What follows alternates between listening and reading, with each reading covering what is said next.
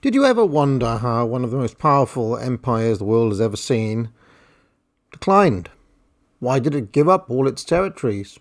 How did the global American empire come to pass and the British Empire, which at one point spanned the entire globe, more than a quarter of the Earth's land surface, the sun never set? Well, that is the topic of Imperial Obituary by Major General Richard Hilton, and in this video I'm simply going to read a chapter from this book, and I thought you'd be interested to hear some of the details therein. So it's pretty hard to get hold of this book. There could be a couple of PDFs floating around, I'm not sure. You can find that in your own time. This is chapter 9. It is called The Process of Betrayal. Starts on page 97 if you'd like to follow along at home. The late Mrs. Nesta Webster, in her book The Surrender of an Empire, has disclosed very fully and with ample documentation the influences at work against the British Empire up to 1931. There is nothing that need be added to that scholarly and conscientious study within its chronological limits, but much, very much indeed, has happened to the British Empire since her book was published. I should mention in passing that this was published in 1968 by the Britain's Publishing Company in Devon. Okay, let us continue. The most disquieting fact of British history in recent years is the fact that the British Empire emerged from the Second World War territorially intact, with the one exception of Ireland, and with its prestige enhanced, rather than diminished, despite its financial straits and its early disasters. Intelligent world opinion, particularly in Europe, recognised that, if it had not been for the British in 1940 and 1941, Nazism would have conquered the world. In 1945, British prestige and influence among the nations was as high as it has ever been. The first shattering blow was the unnecessary, or at any rate the disastrously premature, withdrawal from India under Mr. Attlee's post-war government. This was quickly followed by the surrender of the Palestine Mandate, again by the same Labour government, and I went through some of the details on that on the Cigar Stream earlier this week, so check that out if you're interested. Another book by Richard Hilton called The 13th Power was in focus on that occasion. But apart from these scuttles, the British Empire still remained in being when the Conservative Party commenced its 13 years of power in 1951. During those 13 years of government by this right-wing party, whose declared policy till then had always included the maintenance of the British Empire, the entire empire was disintegrated. It is reasonably certain that a vast majority of voters who put the Tories in power in 1951 and did so in the firm hope and belief that the dissolution of the empire started in India by the socialists would cease forthwith. Sir Winston Churchill had told Mr. Roosevelt a few years previously that he had not been appointed Prime Minister of Great Britain in order to preside over the liquidation of the British Empire. It was reasonable for voters to suppose that the party he had led shared its great leader's sentiments, particularly when it is remembered that the Conservative Party manifesto for the 1951 election had contained no hint whatsoever of any intention of destroying the empire. The debacle of the 13 years from 1951 to 1964 constitutes an act of betrayal by the right-wing leadership of Great Britain, an act of betrayal for which the right-wing electorate as a whole must forever carry a great deal of blame. Mrs. Webster's book has shown clearly how left-wing politicians and intellectuals had for many years worked with this destructive object in view. She has shown clearly what people with practical experience of India and Africa had always known, that the humble masses of the people in those lands had no desire whatsoever to terminate British rule. Even the chief exponents of imperial disruption realized this themselves and frankly admitted it. Mr. E. Samuel Montagu, Secretary of State for India in 1924, and the left-wing Viceroy, Lord Chelmsford, in their notorious Montagu-Chelmsford report on the Indian political situation, made use of these astonishingly candid words. This is a quotation from that report. They, that is, the masses of India, after experiencing British rule, sank into a condition of lethargic content. As for the idea of self-government, it is simply a planet that has not yet risen above their horizon. Now we have to tear up that faith by the roots. We have to bring about the most radical revolution in the people's traditional ideas of the relation between ruler and ruled, and it will be a difficult and even dangerous business, for it is neither safe nor easy to meddle with traditional ideas in India. The number of Indians who really ask for free institutions does not exceed 5% of the population, but we are not setting about to stir 95% of the people out of their peaceful conservatism and setting their feet upon a new and difficult path merely at the bidding of the other 5%. Our reason is the faith that is in us. We believe, this is still from the report, the official report, remember, by the Viceroy of India and the Secretary of State for India, part of the British imperial administration. This is them writing, not Mahatma Gandhi or an Indian nationalist or anyone like that. We believe profoundly that the time has come now when the sheltered existence which we have given India cannot be prolonged without damage to her national life. That the placid, pathetic contentment of the masses is not the soil on which such Indian nationhood should grow, and that in deliberately disturbing it, we are working for her highest good. These words ought to be recorded in every book, this is Hilton again, that aims to study and explain the world's social and political upheavals.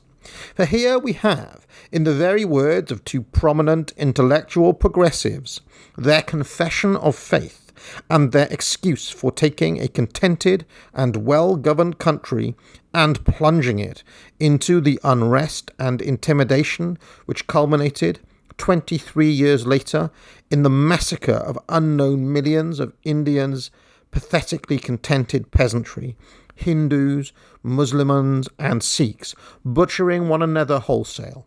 And why? Because the British had abandoned their sacred trust of governing India well. Because of a train of events set in motion by two foolish idealists, Messrs. Montagu and Chelmsford. And why did these two idealists embark upon this dangerous course of action? We have reason in their own words. It was because of the faith that was in us. It is not because they thought the Indians wanted to be self-governing. Oh no, these idealists knew quite well that Indians wanted no such thing. It was done simply to prove to these two political dreamers and others like them that their pet theory was worth a practical trial. For this, they destroyed the British Raj in India and condemned millions to massacre and misery. Terrible as it is to realize that there exist such people who can cause such havoc just to try out a dangerous dream, it is at least understandable that left-wing intellectuals, by their very nature, must be expected to behave in this way. The antidote to subversive activity by left-wing intellectuals should be, and normally has been, up until modern times, a counteracting firmness on the part of right-wing intellectuals in defence of good government, stability, and plain common sense. From the left must always be expected dangerous and cranky experiments, surrenders of authority to mob rule, and a tendency to courage, comfort, and help in every instance the enemies of Great Britain. From the right, our country and the empire ought to have been assured of a stalwart defence of all that was being undermined by cranks and enemies. The surrender of an empire, about which Mrs. Webster wrote, had in reality hardly begun in 1939. The empire still stood, capable at a heavy price, of saving the free world from Nazism. The acts of betrayal which she described were almost exclusively the acts of left-wingers. She was spared the grief and humiliation of seeing that supposedly patriotic party, the Conservatives, bringing the whole imperial edifice crashing down to the ground in the space of 13 shameful years. Why did they do this? It is a question that need not be asked in the case of left-wing empire breakers, but there must have been a deep and perhaps sinister reason for Great Britain's former pillars of the empire to continue and even to hasten the work of disruption commenced by the left-wing Little Englanders. Not one of the reasons commonly put forward by conservative apologists is worth a moment's consideration. They have said it was done in response to some compelling clamour for freedom expressed by the subject races of the empire. There has never been any such clamour. Even the left-wing idealists Montagu and Lord Chelmsford knew that this was nonsense. Some have said that this surrender of empire was, quote-unquote, inevitable, either because of this alleged clamour for freedom by the millions, or else because of the irrepressible guerrilla warfare which movements such as the Mau Mau of Kenya or the Ioka of Cyprus were able to carry out. The first of these excuses needs no answer, as there has never been any spontaneous popular clamour. The second comes nearer to the truth, though still it is invalid as an excuse for surrender. It is true enough that in many parts of the empire, terrorist gangs have given British security forces considerable trouble, and at the same time have succeeded in producing a plausible appearance of anti-British public feeling by intimidating the ordinary people to act this part.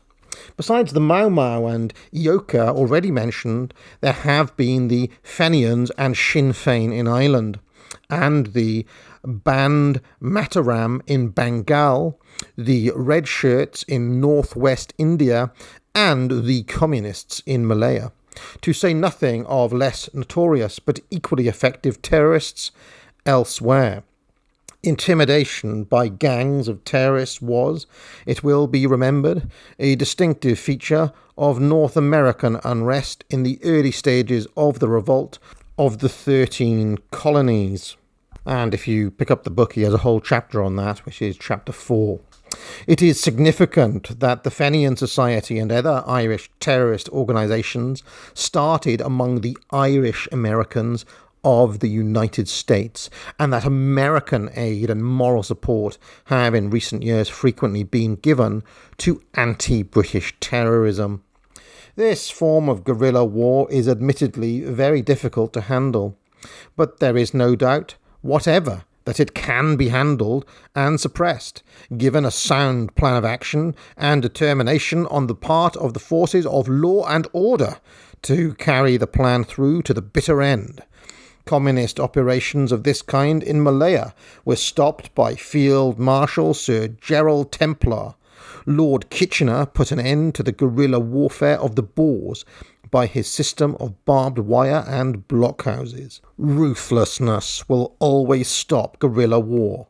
At the other extreme, kid-glove methods invariably fail. There is always, however, a happy mean between undesirable brutality and excessive squeamishness. and British commanders and their troops can be relied upon to find the effective answer if only they are given the task by politicians and then left to carry it out. But this has never been the way of British politicians in the latter years of imperial decline. Cyprus was a case in point.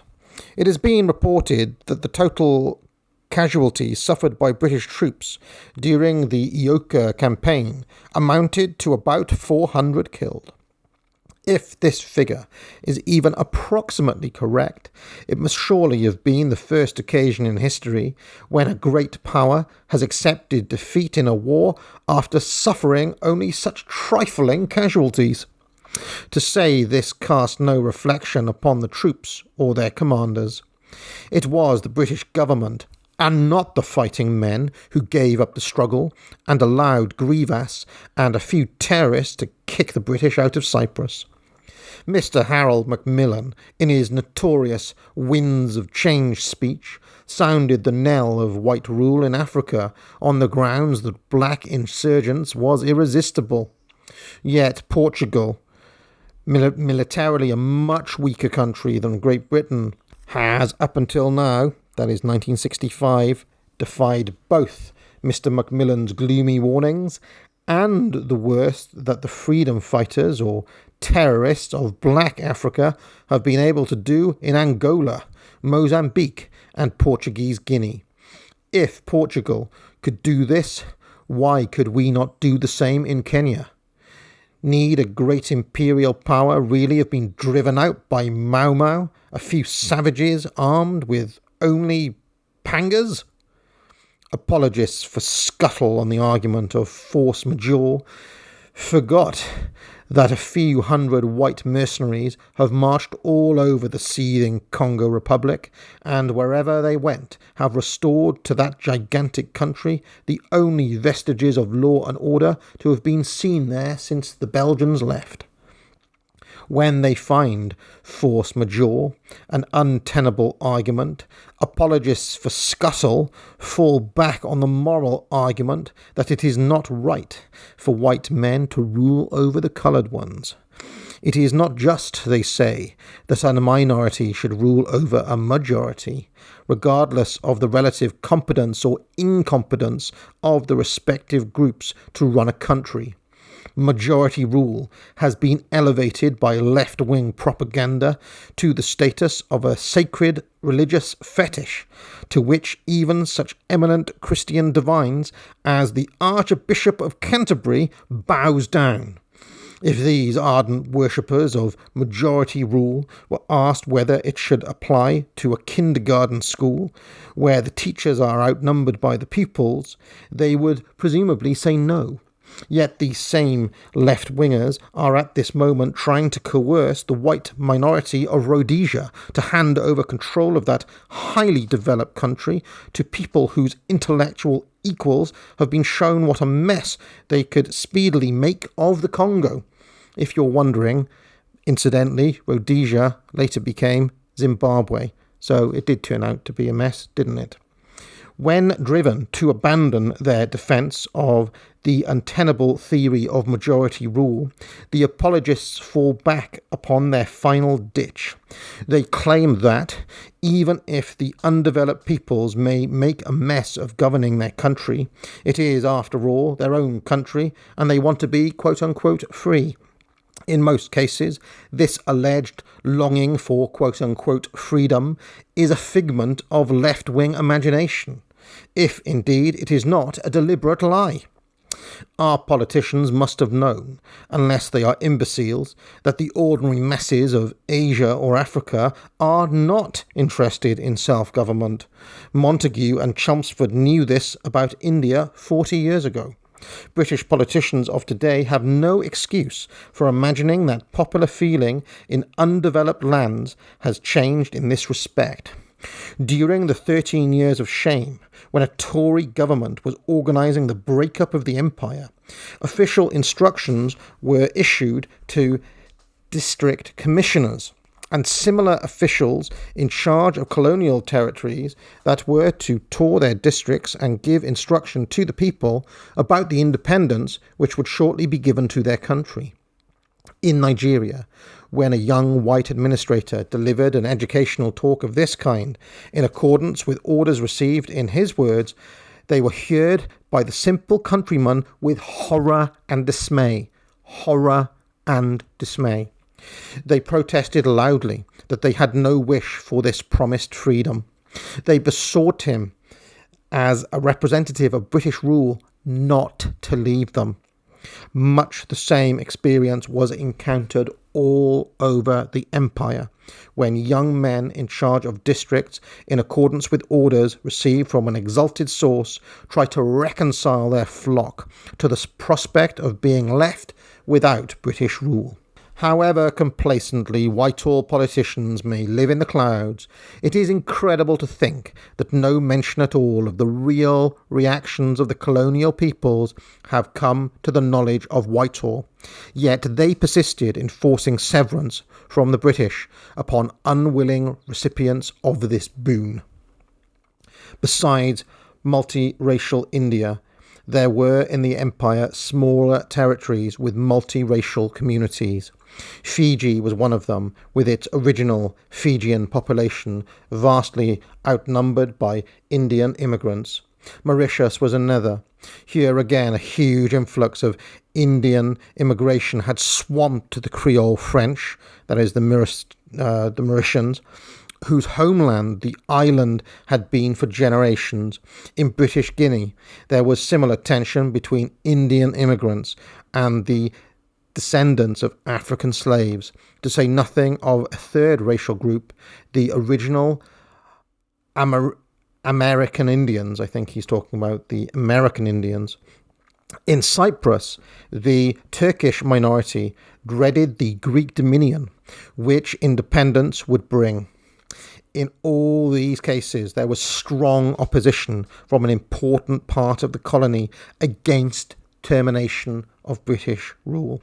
And yet, knowing all this, and knowing the lack of any real desire for independence among the undeveloped peoples, British politicians obstinately persisted in forcing independence upon one unwilling community after another. We may well ask why.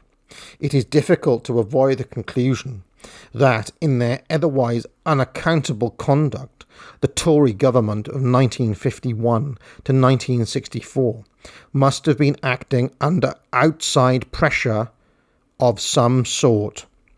This suspicion is greatly strengthened if we study the sequence of the early surrenders of British interests.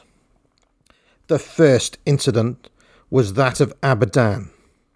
Not, of course, a part of the British Empire, but certainly a vital British interest created out of almost nothing but sheer British enterprise. The Abadan crisis had already commenced during Mr. Attlee's government, but the situation was still in hand and could have been saved when the Tories assumed power. HMS Mauritius was in the Persian Gulf, within easy reach of Abadan, and a brigade from India lay in readiness at Basra. Public opinion in Persia and Iraq fully expected firm action by the British to follow this show of force. But at the last moment, the British climbed down in response to American pressure. The situation drifted from bad to worse until eventually, after prolonged negotiations conducted by the Americans, an international consortium took over what had been an exclusively British enterprise and kindly allowed the British to keep 40% of what had recently been wholly theirs. Americans took another 40% and acquired a controlling interest in the refineries. A few years later, this blow to British prestige was followed by an even more serious one, the Suez Affair.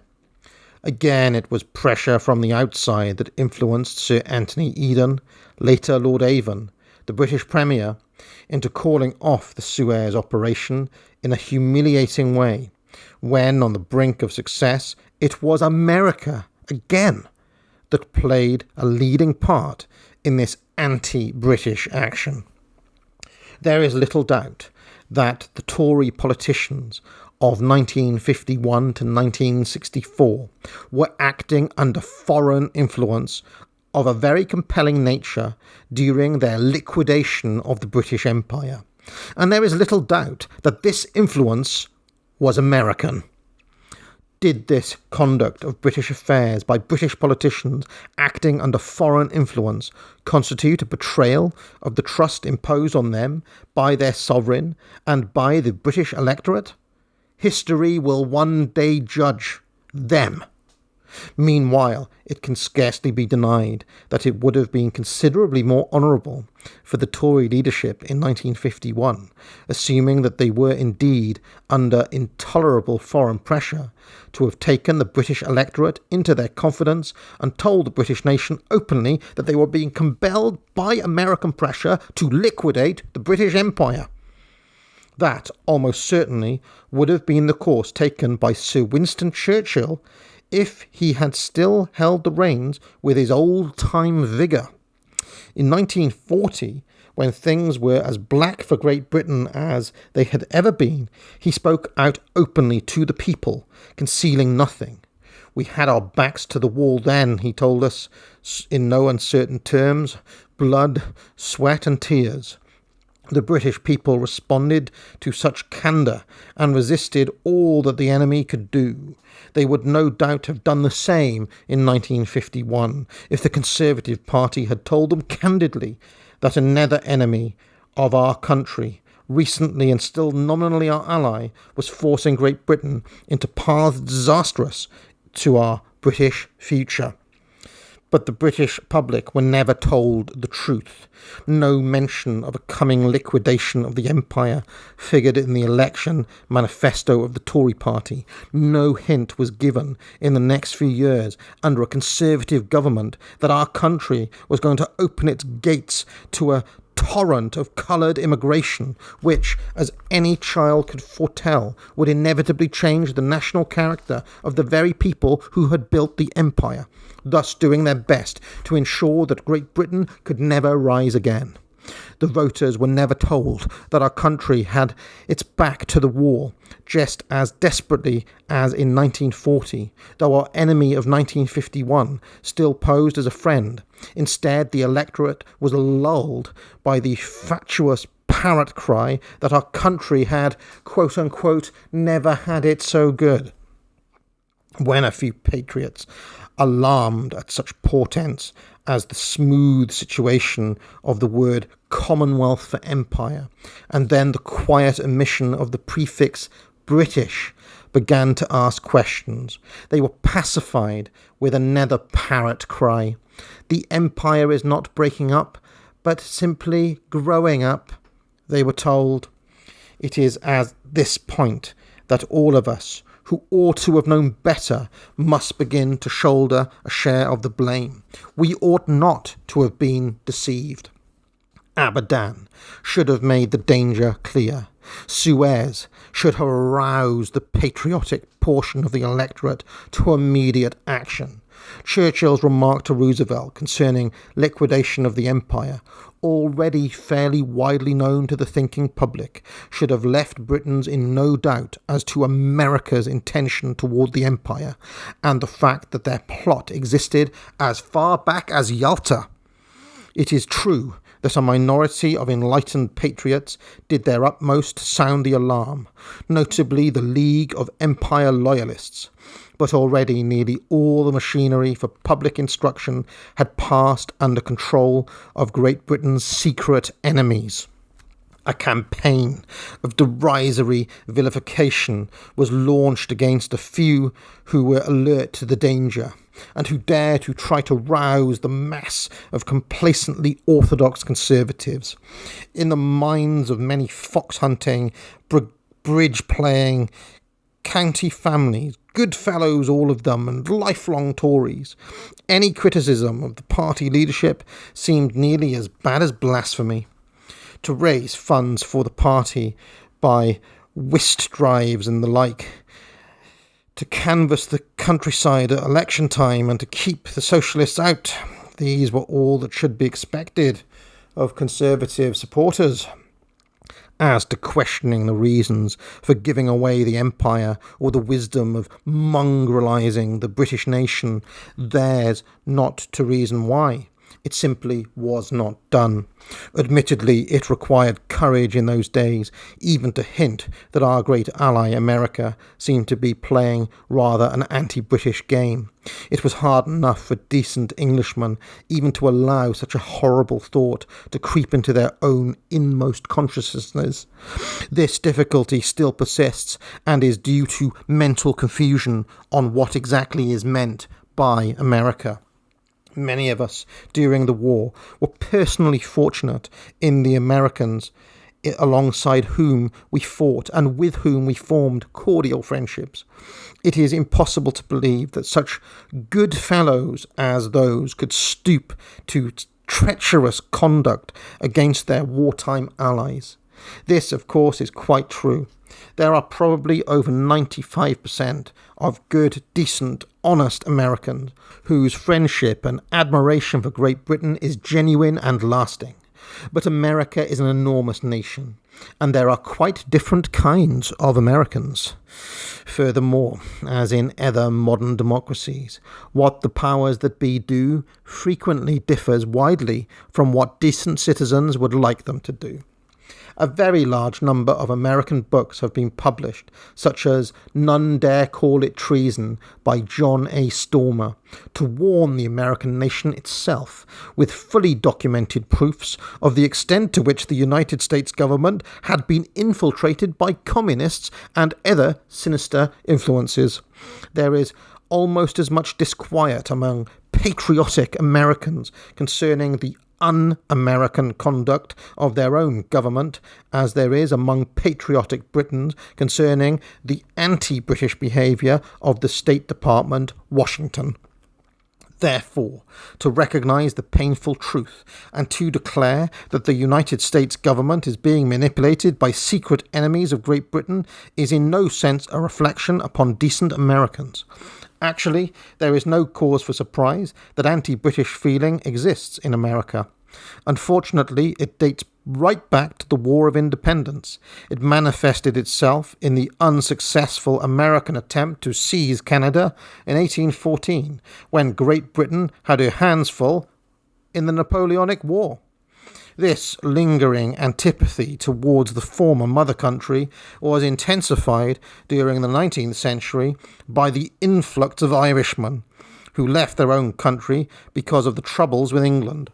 This flame of anti-British sentiment continued to be carried across the Atlantic by fresh Irish migrants, even up to very recent times. But the true source of anti-British thought lies deeper in the American community. One cannot read such books as None Dare Call It Treason, with its documented accusations against prominent American statesmen and officials, people whose names have won respect in Great Britain, without feeling that men of this calibre simply could not have been traitors or villains of their own accord. One forms an unescapable impression that these important and prominent men can have been nothing more than political puppets, whose movements and deeds have been controlled by hidden wire pullers behind the scenes. America is a land of immense wealth. A predominant share of this wealth rests in the hands of a comparatively small number of men. On this exalted level, finance becomes international, or rather, it has always been so. New York happens today to be the home of international finance on a grand scale. The men who manipulated it may indeed live in America and call themselves American, but their outlook, their ambitions, and their plans are international. It almost automatically happens that this immensely powerful community, living as it does in America, uses the weapon close to its hand, that is, the American nation, to carry out that powerful community's plans for the future of mankind. These plans necessitated for the start of the downfall of the British people and the destruction of their empire. There is no secret about the influence exercised by international finance. Its manipulators are so sure of themselves that they boast openly of their power. The late Mr. Bernard Baruch, for example, at the end of the First World War, announced that he was attending the peace conference in London so as to, quote, hold the big stick over the big boys to prevent them from fouling up the peace. By the big boys, he meant the statesmen of the Victorian Allies, men with authority to speak for their own countries. By the big stick, he meant the power of money, since he owned no other authority. Mr. Baruch had never been elected to represent any country or party. He just represented international finance. This, then, was the background to the betrayal of the British Empire. At the bidding of the wire pullers in America, our ally pursued a policy consistently anti-British from the moment that the war ended, if indeed they waited as long as that. American influence, backed no doubt by international finance, projected itself upon British politicians, starting upon those of the left, but quickly extending its grip to those of the right also. The craze for destroying colonialism, always a pet subject with Americans if the colonies belonged to someone else, was adopted as a serious policy for the reconstruction of the whole world. Backed by international finance, American statesmen bulldozed statesmen of other nations into acceptance of their views. Not only the British Empire, but those of the French, the Dutch and the Belgians were also destroyed by an American mixture of financial pressure, aid to rebel movements, bribery of indigenous bigwigs, and above all, pressure of some mysterious but highly effective kind upon the statesmen of Britain, France, Netherlands, and Belgium. Synchronized with this political attack, American pornographic literature, American films, American comedians, and American lecturers assiduously undermined the moral standards of the British people. British outlooks on religion, purpose of life, duty, marriage and divorce, sexual moderation, commercial honesty, and even sport were all ridiculed as quote-unquote square or quote-unquote old-fashioned. Publications of books or articles supporting robust outlooks on British history or on the rights and wrongs of colonialism were squeezed out of print by financial pressure on newspapers and publishing houses. Such British history as was taught in British schools tended towards glorification of America and slurs against the British historical record. In 1957, a boy at one of England's best prep schools disclosed that the only British battle that he remembered hearing about at school was the Battle of New Orleans, rather an obscure sideshow of the Anglo-American War of 1814, in which particular action a British force was defeated. The fact that the United States failed in its main war aim, the annexation of Canada, had not been deemed worthy of mention, any more than the fact that the British had captured and burned the city of Washington. In short, the undermining of British national pride, sense of historic values, spiritual and moral stamina, and all other ingredients of national greatness has been stealthily carried out for many years as a well-planned operation of psychological war. At the same time, emissaries of the American CIA or of the State Department, Washington, have travelled about the world, putting spokes in the works of British colonial administration. The egregious Mr. Menin Williams, an offensive troublemaker in Africa, was outstanding among many others. All of this was the work of an anti-British organisation, working through a foreign power and was therefore morally justifiable as an operation of power politics, though it is a trifle unusual perhaps for any one nation to treat another in this way while still posing as an ally. However, by moral standards of international morality, neither Americans nor the wire pullers behind them can be blamed for their anti-British activities. By those standards, it was legitimate, and it was very efficiently done. We can but give them admiration for their skill. The indignation of British patriots should be reserved not for foreign enemies of our country, who have only behaved as enemies normally do, but for British right-wing politicians who must have seen all this going on, who for 13 years had the power and responsibility of defending our country against such attacks, but who made no attempt to stop it, if indeed some of them did not actually aid and abet this enemy action. One more example I give.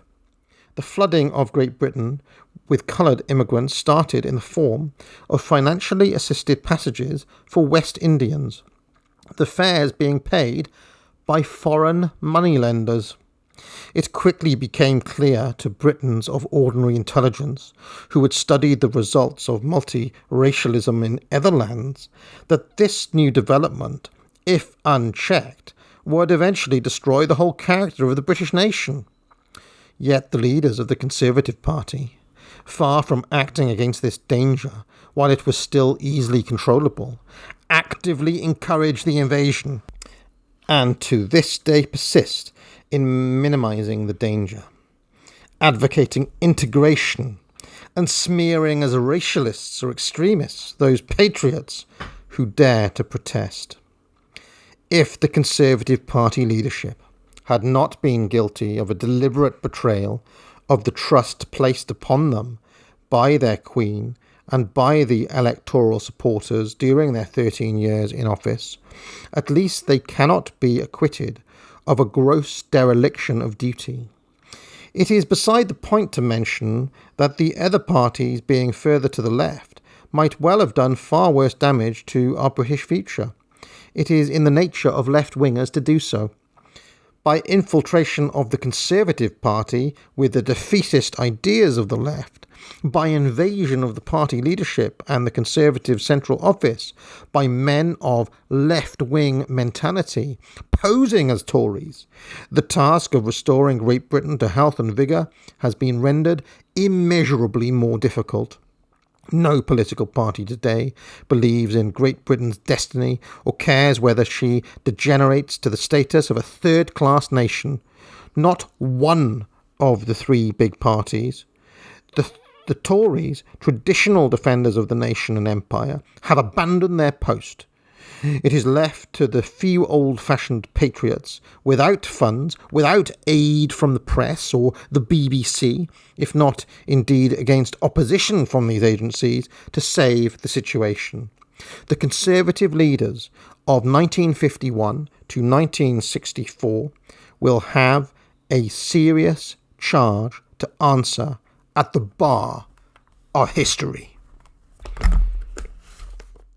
There you go. That was Major General Richard Hilton. I hope you enjoyed that. I'm currently doing a sale on at the Academic Agency. Promo code MATE. That's MATE with 3 A's. MAATE. I have also just released my book, The Prophets of Doom. Pick it up now at Amazon, or if you don't like Amazon, choose another bookshop or buy it directly from the publisher. All right, so long for now.